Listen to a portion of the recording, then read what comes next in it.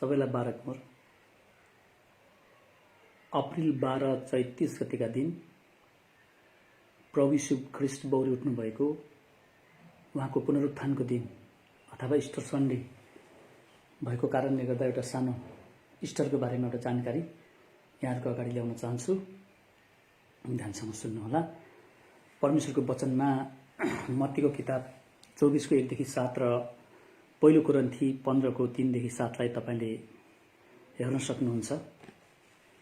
त्यहाँनिर इस्टरको बारेमा केही विवरणहरू दिएको छ।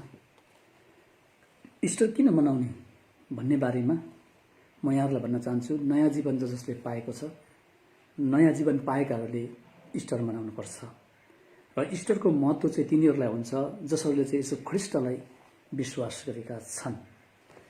इस्टरको दिन बेलुका चाहिँ मानिसहरूले आफ्नो घरमा, चर्चहरूमा मोमबत्तीहरू बाल्ने एउटा परम्परा पनि छ। र इस्टरको दिन प्रभुभोज पनि गरिन्छ, प्रभुभोज गरिन्छ। येशू ख्रीष्ट जीवित हुनुहुन्छ भनेर इस्टर मनाइन्छ। उहाँ बौरी उठ्नुभयो भनेर मनाइन्छ। इस्टरलाई पुनरुत्थानको दिन पनि भनेर भनिन्छ। मानव इतिहासमा आजभन्दा 2000 वर्ष अगाडि येशू ख्रीष्ट मृत्युबाट बौरी उठ्नुभयो। न यो भन्दा अगाडि कोही बौरेर उठेको थियो, न अहिले कोही उठ्दैछन्। त्यसैले हामी सबैले मर्नुभन्दा अगाडि येशूलाई विश्वास गर्नुपर्छ कि हामी मरेपछि जसरी येशूको पुनरुत्थान भयो त्यसरी हाम्रो पनि हुनेछ भनेर, र साथसाथै पुनरुत्थान भएपछि हामी स्वर्गमा जानेछौँ भनेर हामीले इस्टर मनाउनुपर्छ। म एउटा बाइबलको खण्ड पाठ गरेर यहाँलाई सुनाउँछु। पहिलो कोरिन्थीको किताब 15 को 3 देखि 8 मा यसरी लेखेको छ, किनभने मैले जे पाएँ त्यसैलाई सबैभन्दा मुख्य विषयको रूपमा तिमीहरूलाई सुम्पिदिएँ, अर्थात् पवित्र धर्मशास्त्र अनुसार ख्रीष्ट हाम्रा पापका निम्ति मर्नुभयो, उहाँ गाडिनुभयो र पवित्र धर्मशास्त्र अनुसार तेस्रो दिनमा पुनर्जीवित पारिनुभयो। उहाँ केफास कहाँ अनि 12 जना कहाँ देखा पर्नुभयो। त्यसपछि उहाँ एकै समयमा 500 भन्दा बढी भाइहरू कहाँ देखा पर्नुभयो, जसमध्ये धेरै जसो अहिलेसम्म छँदैछन् र कोही कोही सुतिसकेका छन्। त्यसपछि याकुब र सबै प्रेरितहरू कहाँ उहाँ देखा पर्नुभयो। सबैभन्दा अन्त्यमा असमयमा जन्मेको मानिस कहाँ जस्तो म कहाँ पनि देखा पर्नुभयो। येशू बौरी उठ्नु भएको प्रमाण यहाँ छ। प्रियहरू, आजभन्दा 2000 वर्ष अगाडि यरुसलेममा येशू ख्रीष्ट चिहानबाट बौरी उठ्नुभयो। तत्कालीन समयको इतिहास अनुसार इजरायलमा 30 देखि 40 लाखसम्मको हाराहारीमा मानिसहरू बस्ने गर्दथे।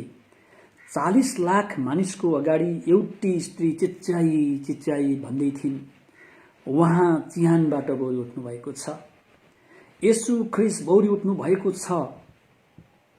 सबैभन्दा ठूलो प्रमाण चाहिँ उहाँको रित्तो चिहान हो। प्रियहरू, उहाँ बौरी उठेको सबैभन्दा ठूलो प्रमाण त्यही हो। र रोमी शासकहरूले यो सत्यलाई दबाउन खोजेका छन् तर उनीहरूले सकेनन्।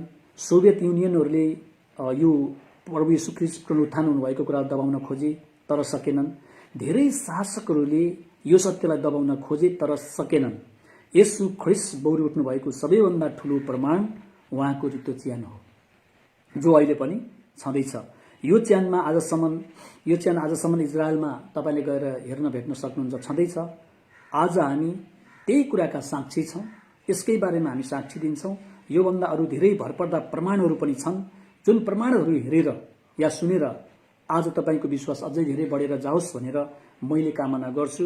येशू प्रभु बौरी उठ्नुभएका प्रमाणहरू यस प्रकार छन्। पहिलो प्रमाण मत्तीको किताब 28 अध्यायको तपाईले 14 र 15 पदमा पाउनुहुन्छ।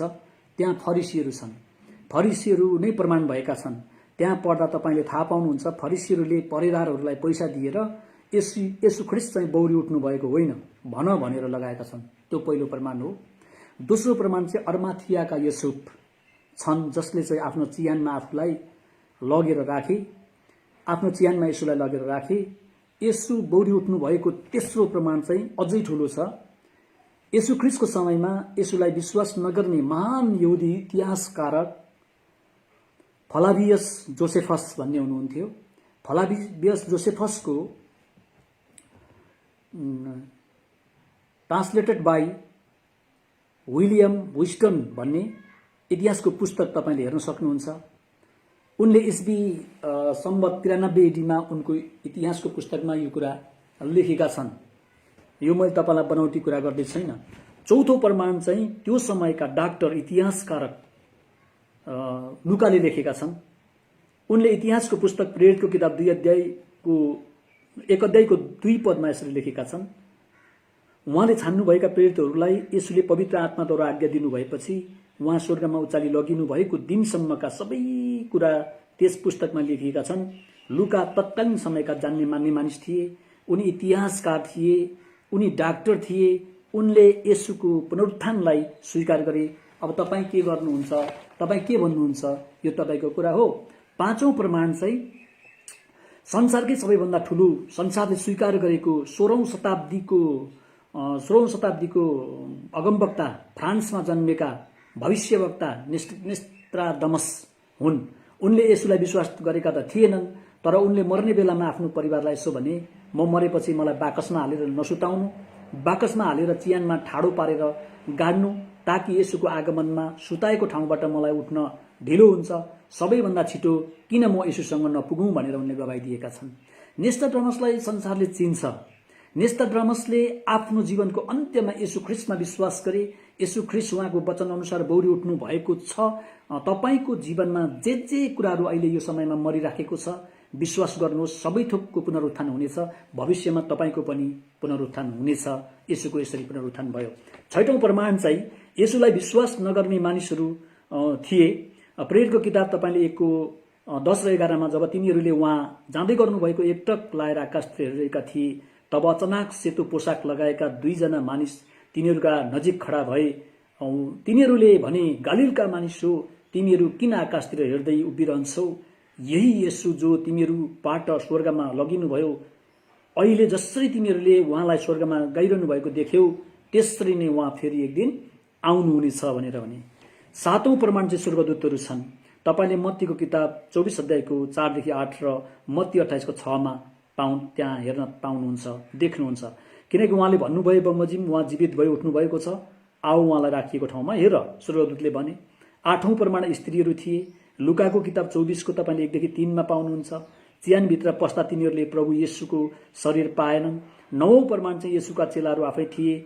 लुका 24 को 11-12 मा तपाईले पाउनुहुन्छ। पत्रुस उठेर चियानमा दौडेर गए र निहुरेर हेर्दा सुती कपडाका पट्टीहरू मात्र देखे। त्यो घटना देखेर अचम्म मानी उनी गइहाले। 10औं प्रमाण सम्पूर्ण समुदायहरू थिए। लुकाको किताब तपाईले 24 अध्यायको 50 देखि 53 का पदहरू र प्रेरित 1 को 11 मा तपाईले पाउनुहुन्छ। त्यहाँ भनेको छ, हे गालिलीका मानिसहरू हो, तिमीहरू किन आकाशतिर हेर्दै उभिरहन्छौ? यही यसु जो तिमीहरूबाट स्वर्ग लगिनुभयो, अहिले जसरी तिमीहरूले उहाँलाई स्वर्गमा लगिरहेको देख्यौ, त्यसरी नै उहाँ फेरि आउनुहुनेछ भनेर यहाँ लेखिएको छ। यी आदि कारणहरूले गर्दा हामी यसु ख्रिस्टको पुनरुत्थानमा अथवा इस्टर चाहिँ खुसीका साथ मनाउँछौँ।